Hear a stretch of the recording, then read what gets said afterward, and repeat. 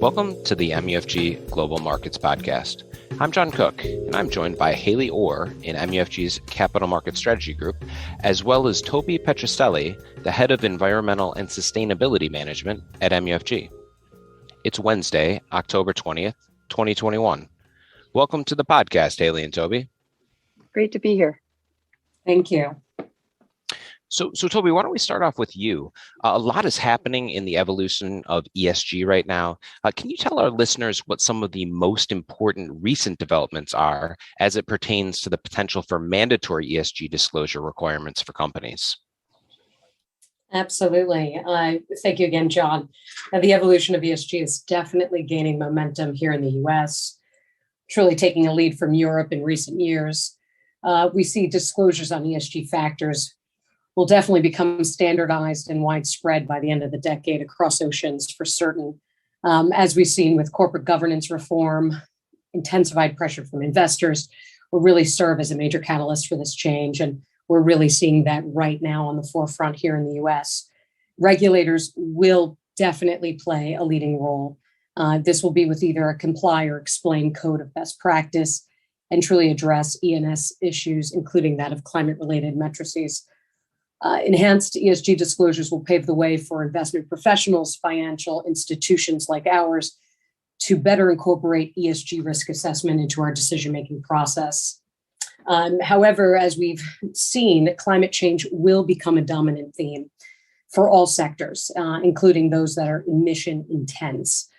They will participate in this transition to a low-carbon economy and begin to develop transparent reporting practices if they've not already.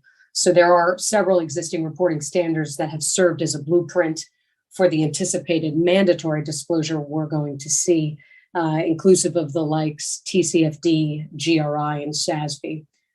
But in respect to the timeline for disclosures here in the US, much has ramped up since President Biden took office just in May of this year.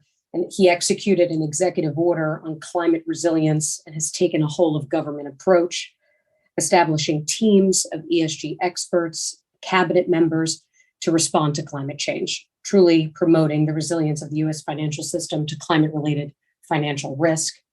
This executive order really illustrates a roadmap for measuring, disclosing, managing, and mitigating climate-related financial risk across the economy, while catalyzing public and private investment to seize the opportunity of a net zero clean energy future. And that's really where we come in. As a bank source of capital for clients. We see several recommendations coming out of this office, including a forthcoming report from the Financial Stability Oversight Council, FSOC, that's due out. It could be even as early as this week, but we anticipate this very soon. They've really kicked off the first step in a robust process of US financial regulators developing the capacity and analytical tools to mitigate climate-related financial risk. Treasury Secretary, in her role as the chair of FSOC, will engage with various members, including the SEC, the CFTC, and even the Consumer Financial Protection Bureau, to name a few, on how this will impact financial risk and the industries. Consistent with this, also to note, the SEC is developing recommendations to the Commission for a mandatory disclosure rule for public issuers. That's intended to bring greater clarity to investors around material risk and opportunities that climate change pose, as well to investments. We're anticipating that proposal to come out the latest first quarter of 22. And I also just want to note that in addition, the Treasury Department's Federal Insurance Office is also launching a process to address climate-related risk in the insurance sector, with a focus on assessing the availability and affordability of insurance coverage in high-risk areas for traditionally underserved communities, another touch point that the Biden-Harris administration is addressing in their orders. So much to see and a lot to anticipate literally in the coming weeks. Yeah, I mean, not to generalize too much, but that is an absolute ton. So thanks for that, Tobi. Hailey, why don't we swing over to you? And I really wanted to follow up on one of the points Tobi just mentioned here. Early in President Biden's term, we heard a lot about the SEC investigating mandatory ESG disclosures for U.S. corporates. What's the latest, and when can we expect to hear guidance on this?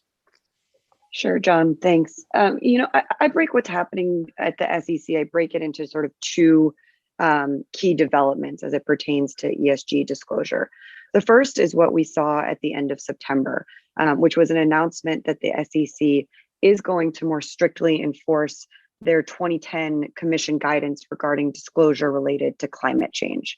That disclosure rule essentially allows companies to determine what types of climate risks will be material for their businesses, and requires them to incorporate those into their SEC filings. What I mean by they say they're going to have some stricter enforcement there, they have already sent letters to numerous companies in the United States, and they've also posted a sample letter on their website where they essentially say that they are going to go out and ask companies why they have material disclosures in their annual sustainability reports or on their websites that they are not including in their SEC filings. The key here, though, is that this is still under the 2010 guidance, which means the company still has the authority to determine what metrics and what information are material to their business. And so we really see that as sort of an interim guideline or an interim guidance until we get the new metrics and the new standards, which Tobi mentioned will be coming out sometime between the end of Q4 of this year and Q1 of next year. These new requirements and metrics are going to be more standardized, and to Tobi's point, they're really they're designed to help investors determine the material risks and opportunities associated with climate change, but also with human capital management issues. Some of the areas that we expect to be in focus, some of the areas that we expect to be a part of these standardized metrics will be emissions disclosures that will include scope 1 and scope 2 emissions, and will likely have something around phasing in scope 3 emissions disclosures as well. There will also likely be a scenario analysis that incorporates a look at physical, legal, market, and economic changes, and asks companies to look at both their physical and transition risks. And then there's going to be a verification process for these labels of green, sustainable, low carbon. We've talked a lot in the past about greenwashing and the risk of greenwashing. And so the SEC is really going to try and crack down on that process through this verification process for those sustainable labels. And then finally, there's also going to be something around qualitative disclosures, the things that may currently be in the annual sustainability reports, something saying, where these are going to be housed in the 10Ks or in other financial filings. We had originally expected this guidance to come out ahead of COP26. That, as we said, is now being pushed back. And we do think that September announcement of the stricter enforcement will sort of tide us over until we get the firmer new metrics in Q1 of next year. So, Tobi, I'm curious, how are banks specifically going to be impacted by the mandatory disclosure requirements that Hailey just detailed? Mm-hmm. And what does that mean for their relationship with the companies that they lend to? Mm-hmm. Well, as just mentioned, Hailey had said, COP26 agenda is set to begin November, and we're really heading into kind of a policy tipping point. We're anticipating a global stock take really on the implementation of the Paris Climate Accord and how countries are signaling their commitment to net zero. Approximately 174 countries already, representing 70% of the global GDP, have made net zero commitments so far. So what does that mean, right? So in order for countries to decarbonize, they must rely on its key constituents. This immediately impacts how companies will be at the forefront of this nexus, right? The nexus of climate change and the financial systems. So how we as a bank address this is critical to the sustainability of our companies and our own operations. So with that in mind, we are embarking on what I consider really a data challenge, looking to forecast climate-related risk as they relate to our clients. So our informed decisions are really based on the data they provide. We can only be as good as the data they provide. We can enhance our ability to make more informed investment decisions with standardized and comparable metrics moving forward. This is really obviously where the regulators come in. So how do we mitigate these risks are a key pillar for our risk management teams. How best to incorporate both the physical and transition risk Hailey mentioned earlier into our frameworks, and each and every risk stripe will be critical as we move forward. Currently, with the data we do have available, despite the challenges, we've begun a series of long-term climate stress tests, near-term climate variable test. We've established an integrated methodology to account for carbon exposure, especially in our hard-to-abate industries. So really taking a perspective on our oil and gas, power, auto sectors, really defining what our vulnerabilities are there based on those asset classes. And then ultimately, we'll adjust our capital risk weights, right, for bank exposure and really face any acute transition risks we see coming forward. The role of the regulators will be critical in this, so we can access and have the ability to assess the reliable and consistent comparable data points that we're all anticipating. So in order to really participate in financing this clean energy transition for our clients, we've set a few targets ourselves.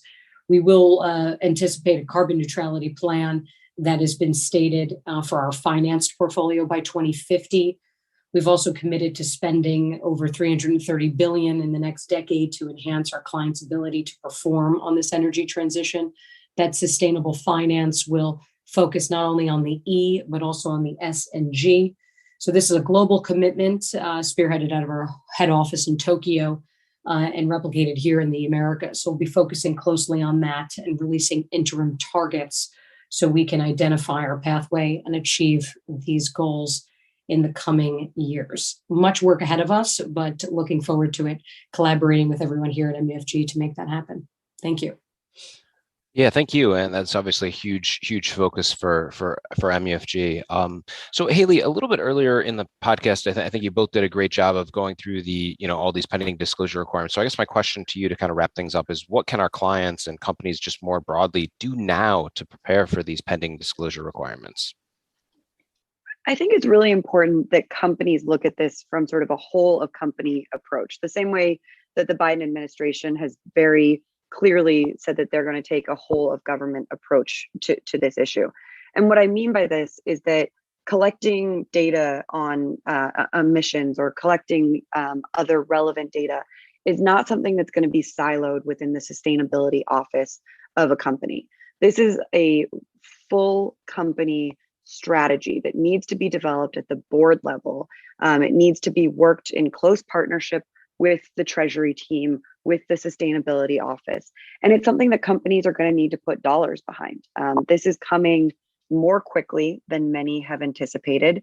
And it's really important to start building the infrastructure and the systems that allow you to start collecting data. And I think when you start to think about what kind of metrics are going to be needed and what kind of systems are going to be in place, there's already a lot of data points out there. As Tobi mentioned before, you have the TCFD, you have the GRI. Those are two international standards boards that have put forth voluntary disclosure standards that have been widely accepted by investors as quite important.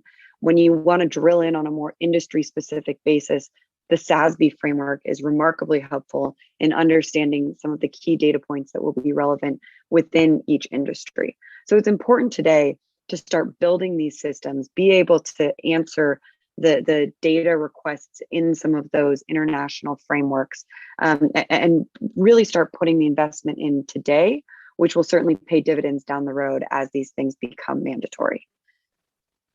Thanks, that's helpful. And for our listeners, I'd encourage you to see the recently released and very comprehensive publication entitled Expectations for Mandatory ESG Disclosure from MUFG's Capital Markets Strategy team. And if you are not receiving these publications, please get in touch with Hailey, Tobi, or me. Hailey, Tobi, that was great. Thank you both so much. Thanks for having us, John. Appreciate it, John. Thank you so much. Thank you for listening to the MUFG Global Markets Podcast. Rate, review, and subscribe on Apple, Spotify, or wherever you get your podcasts, and reach out to your MUFG sales rep for any further information. Check back soon for more insights from the Global Markets Research Team.